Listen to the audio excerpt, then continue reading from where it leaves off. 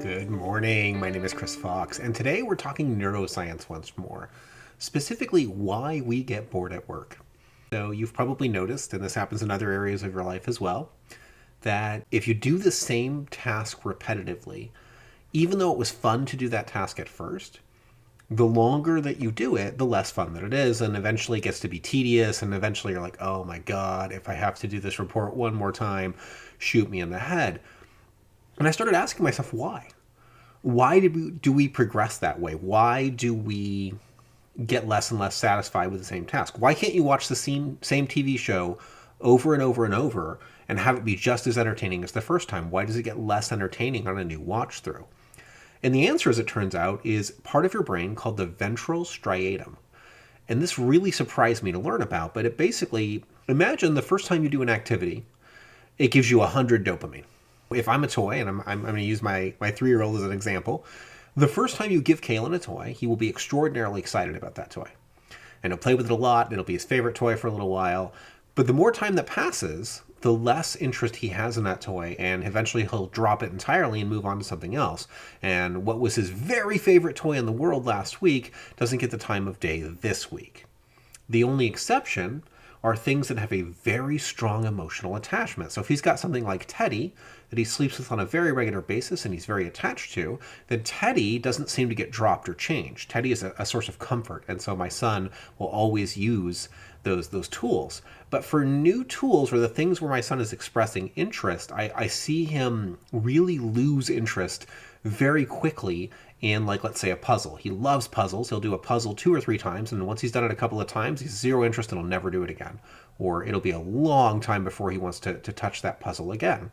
And again, what we're dealing with is the ventral striatum. So if it gives you that 100 the first time, maybe the second time it gives you about 75, and the third time it gives you about, maybe 30, and then the fourth time it gives you like 15, and the fifth time it gives you like 10, and the sixth time it gives you like 5, and then 4, and then 3, and then 2, and then 1. And let's say maybe it always taps out at 1, and that's as low as it ever gets. Well, you were used to getting 100 dopamine, which is like, wow, this is amazing, I love it, this is so rewarding, to, oh man, I've seen this so many times, it can't really do anything new, I've played with it every way you can play with it, I've done this puzzle, I know how it works, I've watched this TV show, I've learned how to do this part of my job at work, I've done this report. And this is why for a lot of us too, when we get into flow state and we start learning how to do something new, or if you're an author, you write in a brand new genre, it's super exciting. You haven't written a book in epic fantasy, woohoo, epic fantasy. But I'm writing number 6 in this series, and I'm like, oh my God, I'm so tired of putting out 150 to 200,000 word books. So what was once something exciting, and if you look to this channel a couple years ago, oh man, I was jazzed to be writing fantasy, and now, I mean, I couldn't care less. I love fantasy still. It's just I've been doing it day in and day out for years now, and so my ventral striatum has made it such a huge chore. So I feel so much more resistance than I did before, and the grass is always greener. So I'm already looking into a new genre, like, ooh, I've got this great idea for this whole new series, and I've already plotted out the first 5 books, and it's a genre I haven't written since Deathless, and it seems like a lot of fun, but I'm forcing myself to stay the course and finish my existing series. I am plotting out that other one and getting it ready, but I'm aware that the reason I want to move away is not because it's finished, but rather because my ventral striatum is saying, hey, Chris, go get some more dopamine, learn some new thing. So what I did to get around this, and this is the part I think that becomes relevant to you, even if you're not a writer, even if you're just, thinking about your day job, what I do is I find other sources of things that are exciting, and my ventral striatum seems satisfied if I have an obsession. So in other words, I'm learning woodworking. I am building the coolest table that has ever existed ever, in my personal use case, and it's almost finished. I've put 2 months into this table, and it's learning a whole bunch of new skills. I've had to learn how to use a router and a domino and all sorts of other tools I'd never even heard of 6 months ago or a year ago, and I'm having to master them. Well, it's so much fun to learn this brand new skill, and I'm finally getting competency in that skill. Having that has satisfied my ventral striatum. It seems like if you're doing something new in your life, that part of your brain goes dormant. It's like, okay, fine, I'll cut you some slack. And I think what's happening there, and this is just my non-scientific theory, is this organ exists in our brain to keep us from getting complacent. If we're happy doing the same thing day in and day out and day in and day out and day in and day out, then you're really setting yourself up to the risk of becoming stagnant and eventually becoming obsolete. If you get bored with things very quickly, you're constantly going to be forced to be exploring your environment and looking for new interests and new things.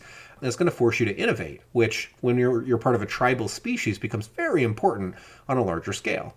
Anyway, I find it very interesting, and I'd be very curious to hear what you guys think in the comments and what your direct experience is. The ventral striatum, I'll drop a link to that so you can take a look at the Wikipedia page. It's a very straightforward organ. What it does is easy to measure. It just kind of regulates the flow of dopamine, and it sort of turns that spigot, lower and lower and lower the more you have done something or the more you're exposed to it. And I've noticed that for different people, this varies wildly. So for me or for my son, I can do something once or twice, and then if I master it, I'm like, okay, I'm kind of done with that. This was a huge problem for me when I was a kid. In fourth grade, we were doing multiplication, I want to say, or something really basic, or maybe it was like, two-digit addition. I don't know, something very easy for me. And I mastered it very quickly, and I didn't want to do it anymore. So I didn't do my homework for an entire semester. I just didn't do it. And we got to the end of the semester, and the teacher called my mom in, and I had to spend an entire Saturday sitting there doing these stupid little math problems. And I hated it because my ventral striatum was telling me, oh my God, this is so boring. Whereas the kids around me seemed perfectly happy to keep doing it. It was something that they were willing to repeat more often. And I've noticed this is true for a lot of people in my life. I seem to get bored with things more quickly. I master things very quickly, but I also move on very quickly. And some people, my wife is an example, we both love playing video games. She's still playing the same video game that we played when we met in 2013, Guild Wars 2. Great video game. I love it. I've sunk so many hours into that game. But I would eventually get bored and migrate on and try something new. Whereas for her, she really enjoys coming back to it over and over again and still plays to this day, like I said. So what's the difference there, I wonder? I'd be curious to hear from people in the comments. If you do tend to migrate on quickly from things, why you think that is versus the people who are happier longer. Is it a difference in our ventral striatum, or is there some other set of explanations that could be explained by? And I know that, none of us are neuroscientists or psychologists, so this is designed to be unscientific and just a fun discussion. I'm mostly just curious to hear what you guys think. Anyway, that's the ventral striatum. I am back. If you are curious as to why I've been making fewer videos, a lot of the reason why is the table.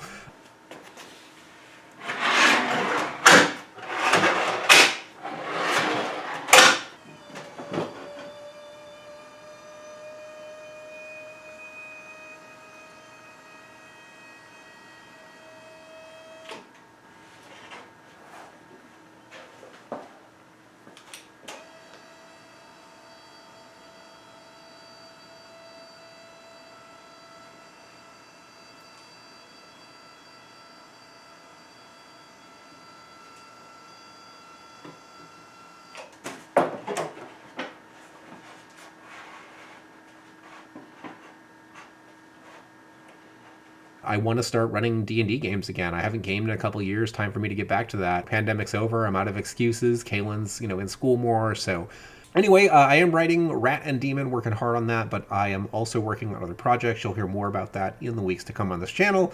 I'm going to get back to the writing, and I'll see you guys next week.